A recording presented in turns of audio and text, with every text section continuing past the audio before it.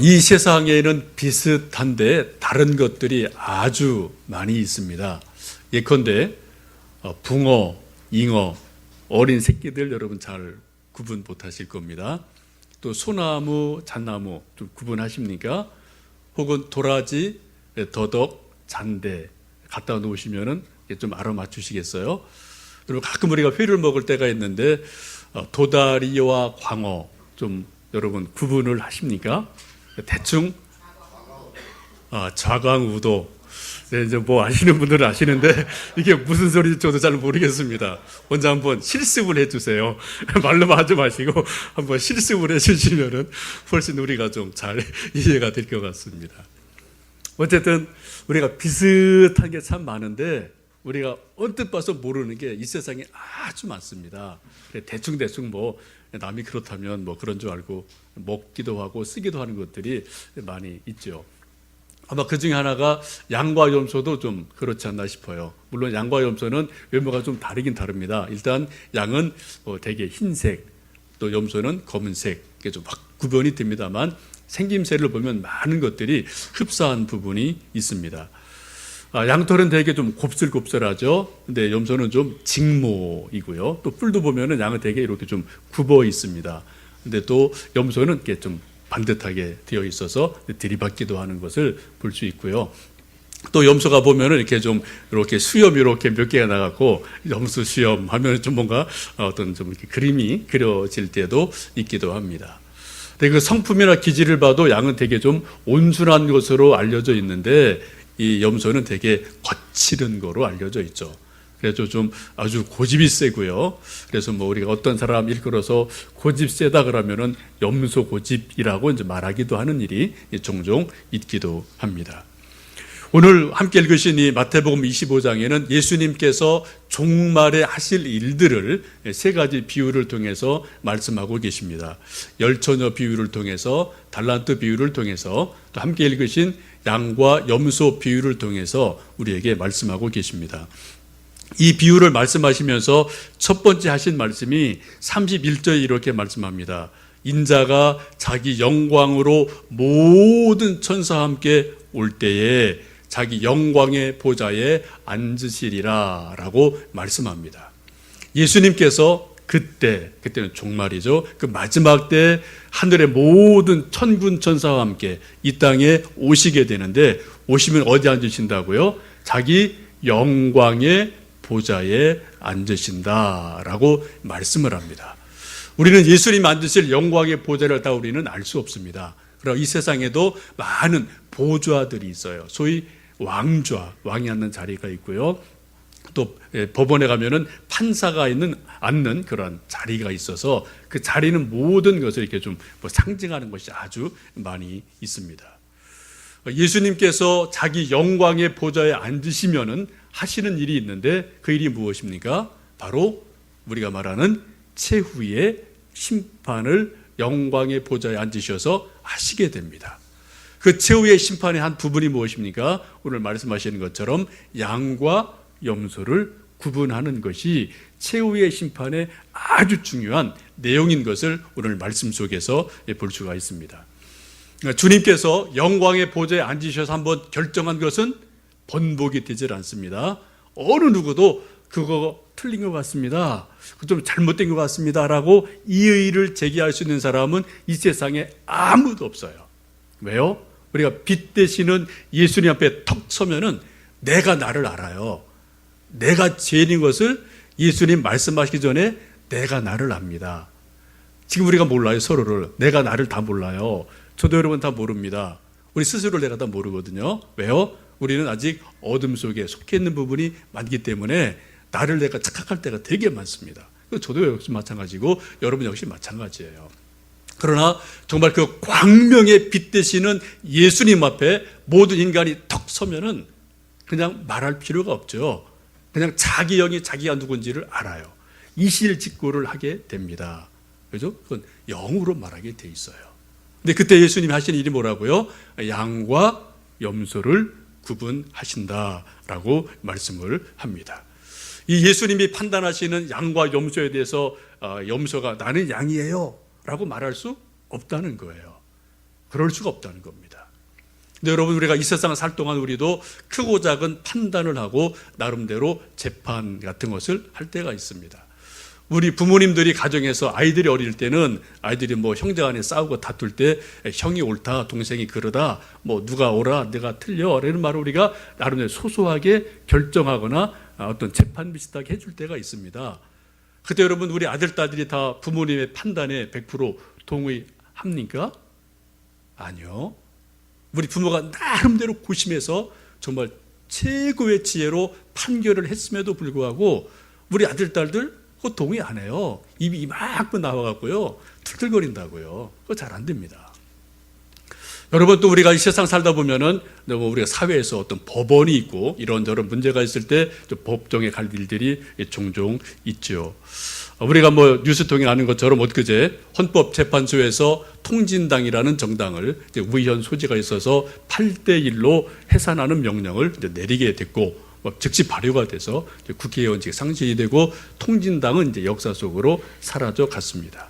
8대1이면 이건 대단한 어떤 그런 어떤 그 비율로 결정이 된 거죠. 근데 여러분, 이 결정에 우리 모두가 다 100% 국민들이 동의하나요? 안 그래요. 그래서 한 분도 소수 의견을 냈습니다. 또 적지 않은 사람들이 또 여러 가지 반대 의견을 가질 수가 있거든요. 여러분, 우리가 3심제를 가지는데 대법원에서 마지막 최종 판결을 내리면 그 이해 당사자들이 대법원의 판결에 다 100% 동의를 할까요? 아니요, 그렇지 않습니다.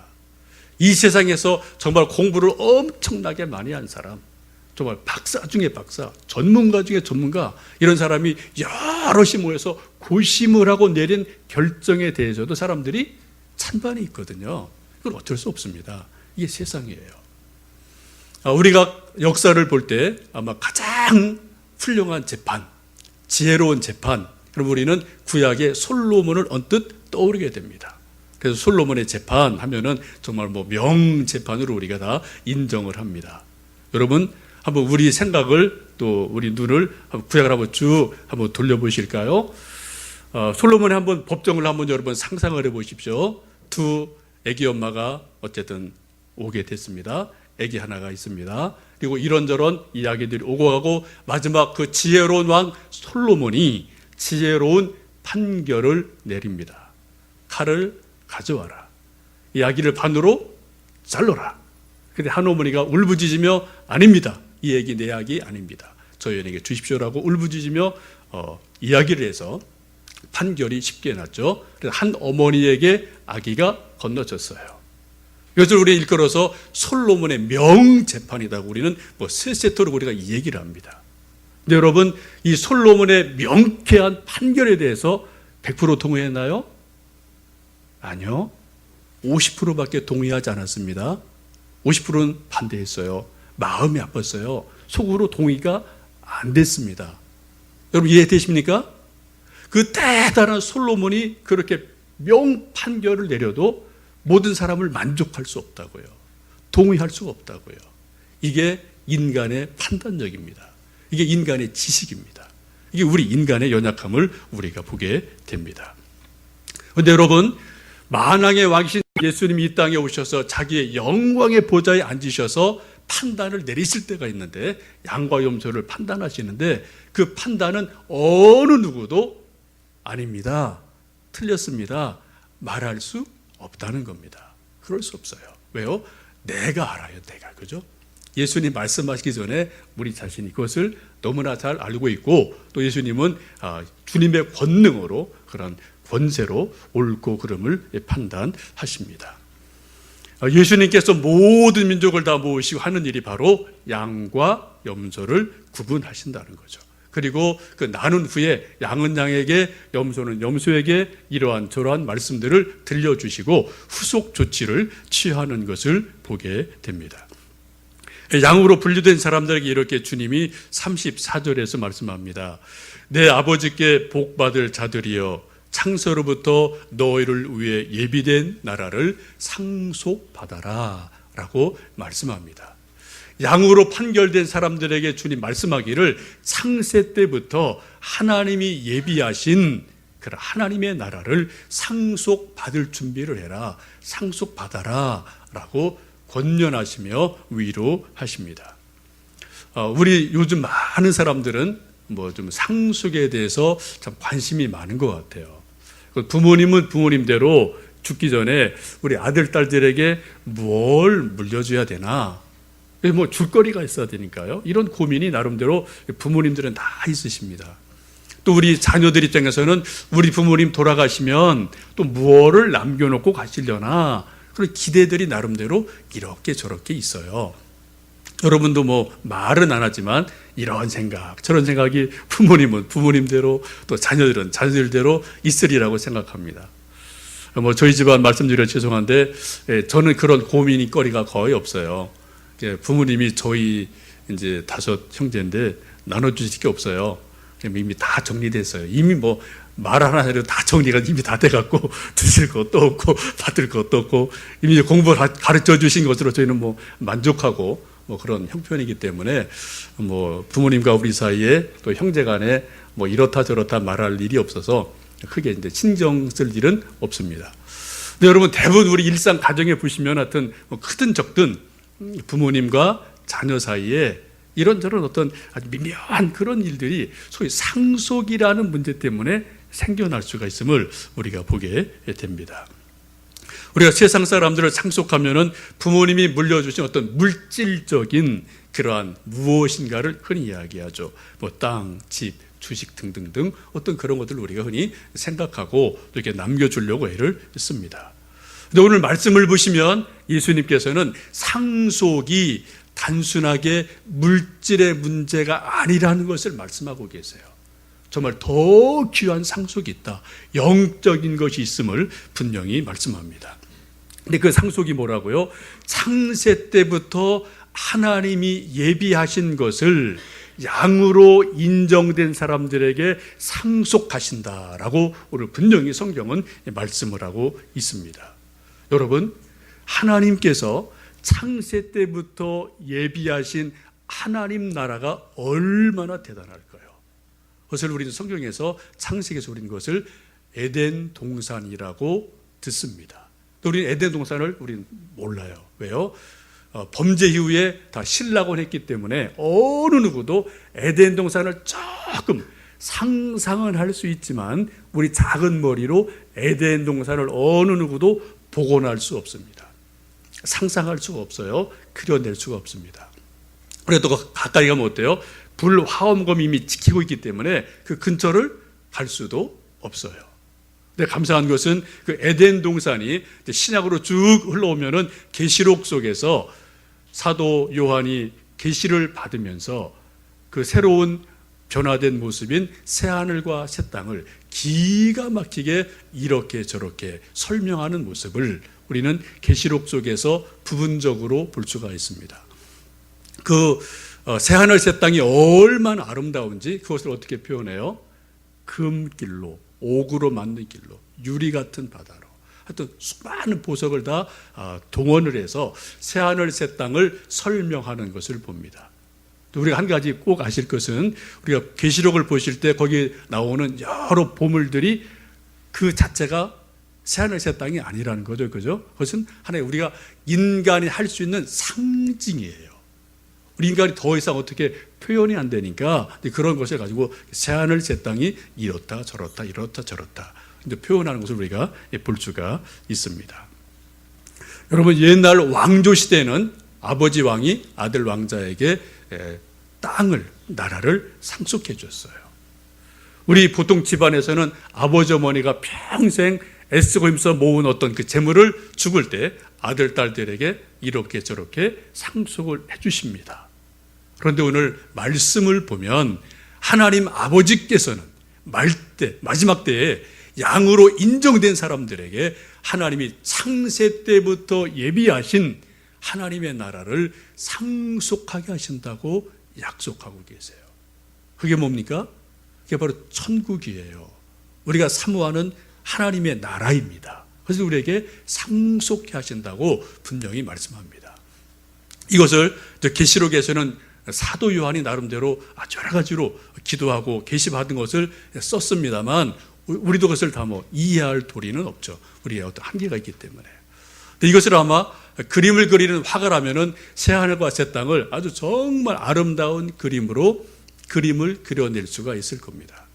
아마 글을 쓰는 그런 재주가 있는 분들은 새하늘과 새 땅을 정말 디테일하게 기가 막히게 천국의 모습을 또 기록할 수가 있을 거예요.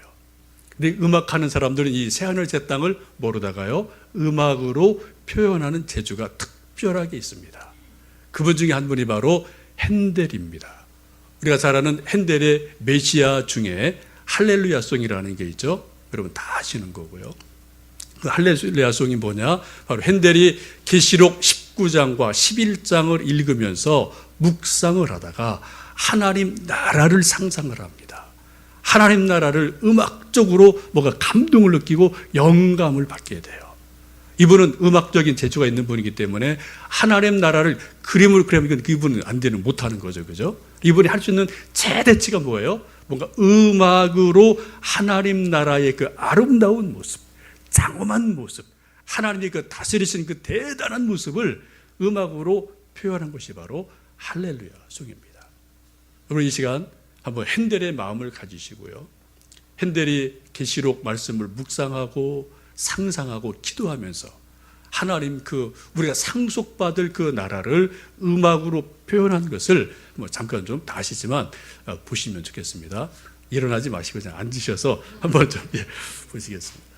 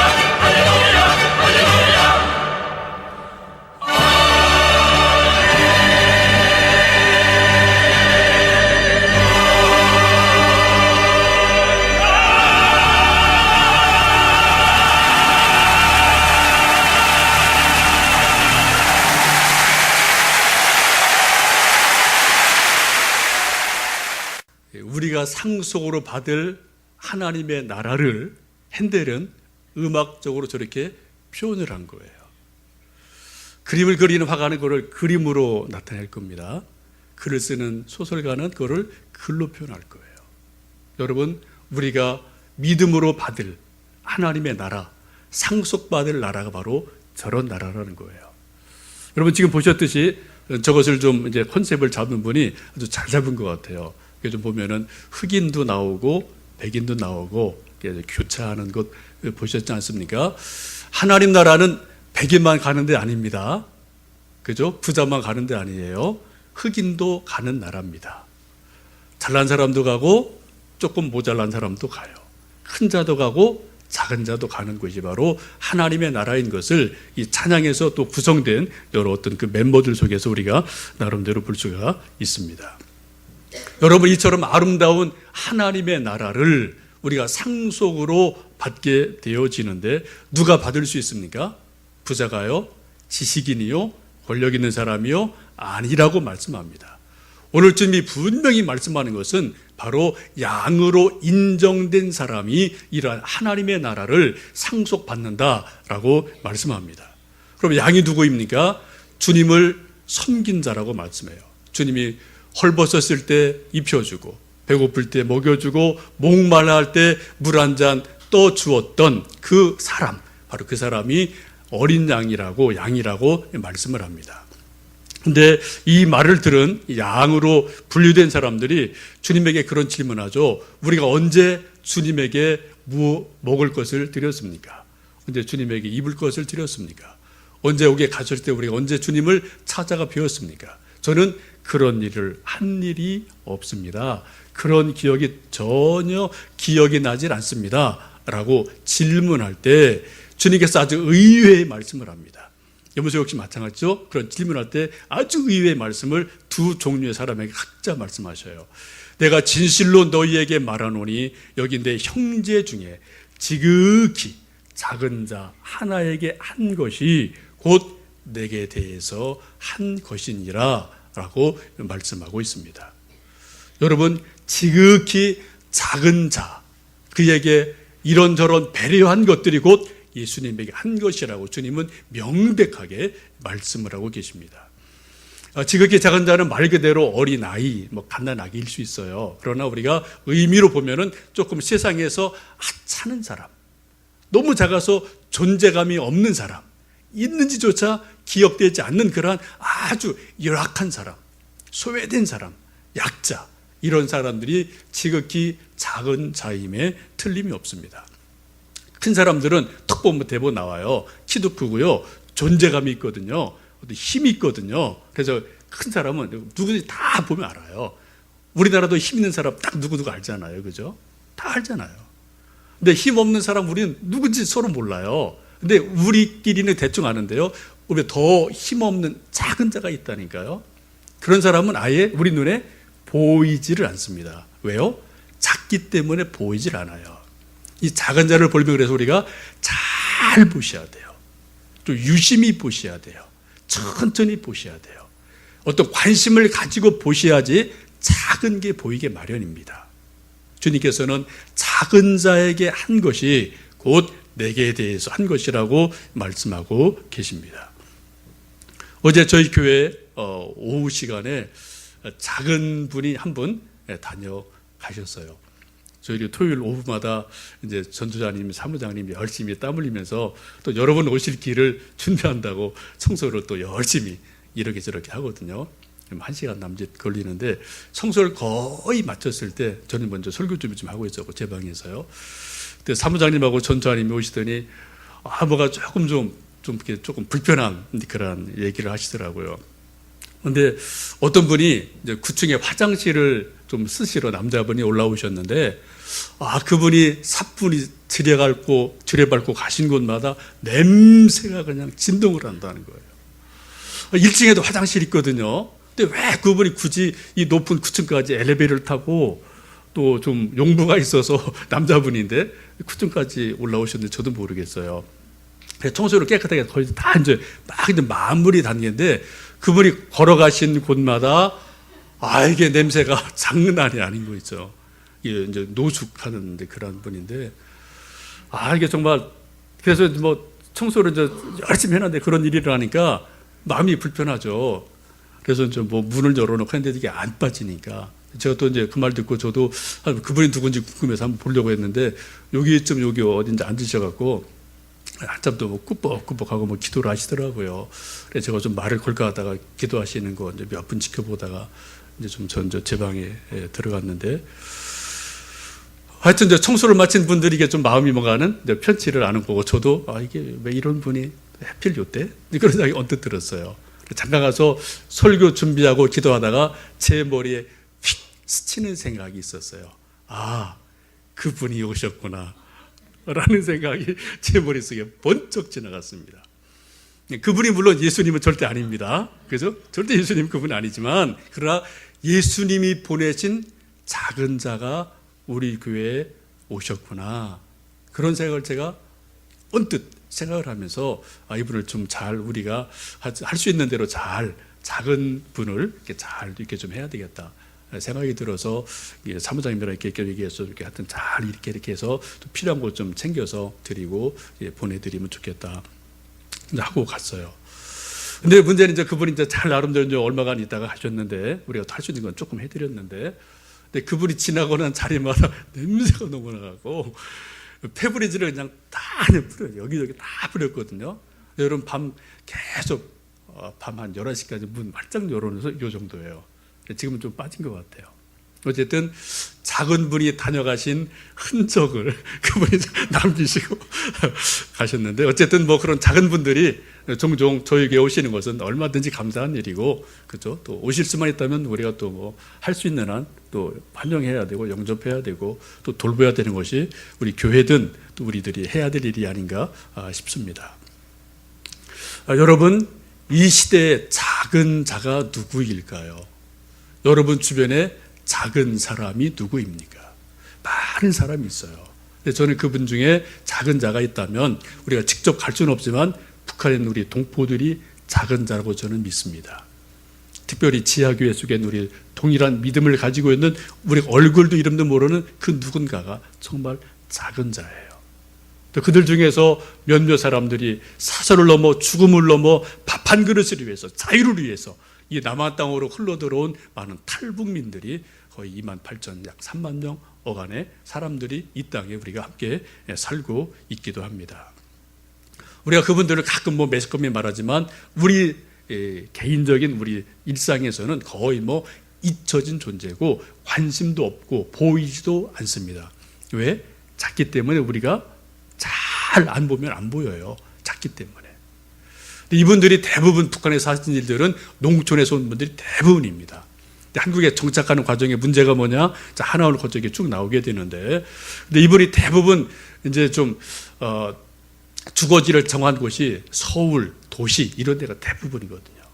여러분 아시는 것처럼 우리 대한민국 사람도 서울에서 배겨내기가 쉽지 않아요. 그래서 거기 만만하지 않은 곳입니다. 근데 북한에서 농촌에서 살던 분들이 대한민국에 와서 서울에서 정착하는 것 말처럼 쉬운 일이 아닙니다. 그래서 실패하는 사람이 엄청나게 사실은 많아요. 보도되지 않았지만 하여튼 그 뒤에 수많은 얘기들이 많습니다. 저도 약간 그런데 사명이 있고 관심이 있고요. 또 많은 교회 목회자들 또 이런저런 인권단체에서 관심을 갖는데, 제가 알고 있는 몇몇 후배 중에도 이 일에 10년 이상 계속 관심 갖는 그런 후배 목사가 몇 사람 있습니다. 근데 한번 얘기를 나눠보니까 정확한 진단을 하더라고요. 이분들이 남한에서 정착을 하려면 서울은 안 된다, 기본적으로. 왜요? 출신이 농촌 출신인데 어떻게 농촌 사람이, 이것도 북한 사람이 서울 대도시에 가서 어떻게 거기서 경쟁을 해서 자리를 잡겠습니까? 그건 안 되는 거예요. 힘든 거죠. 그래서 이분들이 살 수 있는 그래도 차선으로 좋은 방법은 이 남한의 농촌에서 정착을 하면서 서로 공동체를 이루며 사는 것이 그래도 차선이다. 그런 이야기를 제가 들으면서 상당히 참 딱 맥을 잡았다라는 생각을 해본 적이 있습니다. 여러분, 우리가 분명하게 알 것은 언젠가, 날은 모르지만 남과 북이 자유롭게 왕래할 날이 분명히 옵니다. 또 조금 더 나가면은 통일의 그날이 분명히 우리 생전에 오리라고 저는 확신하고 기다립니다. 여러분, 북한과 남한 지금도 갭이 엄청나게 많아요. 물질적인 어떤 또 경제, 사상, 어떤 심정적인 것 갭이 엄청나게 많은데요. 이 갭을 메울 수 있는 가장 좋은 다리 역할을 할 사람이 누굴까요? 그 사람이 바로 탈북민들입니다. 그분들은 북한 알아요? 남한을 압니다. 그분들이 나중에 왕래가 되어질 그때 이 남한에 와 있던 탈북민들이 북한에 있는 자기 친구들에게 내가 남한에 갔더니 남한 사람들이 우리를 그래도 인간 대접해 주더라. 우리가 고통당할 때 물 한 그릇 주더라. 그래서 밥 한 그릇 따뜻하게 사주더라. 거기 온정이 있더라. 사랑이 있더라. 이런 얘기를 해주면 북한 주민들이 마음이 열립니다. 우리가 조금 하나 되기가 아주 쉬워요. 그런데 반대로 많은 탈북민들이 어떻게 통일이 되고 내황할 그때가 됐는데 이분들이 북한에 올라가서 그 남한에 있는 놈들 자기들밖에 몰라. 야, 우리 죽을 뻔했어. 차라리 오지 않는 게 날 뻔했어. 야, 너희들 남한 생각도 하지 마. 이런 부정적인 말을 한다면 여러분, 물리적으로 교류가 되어지고 물리적으로 통일이 된다 하더라도 심정적으로는 아주 멀어지는 거예요. 더 갈등이 심해집니다. 그래서 여러분, 먼 미래가 전 아니라고 봐요. 우리 당대에 될 수 있습니다. 우리 자녀 세대에 분명히 이건 됩니다. 그때 여러분, 어떠한 우리가 살아가는 한반도가 되기를 소망하십니까? 그 결정적인 키를 가지고 있는 사람들이 바로 제가 볼 때는 3만여 명의 탈북자들이에요.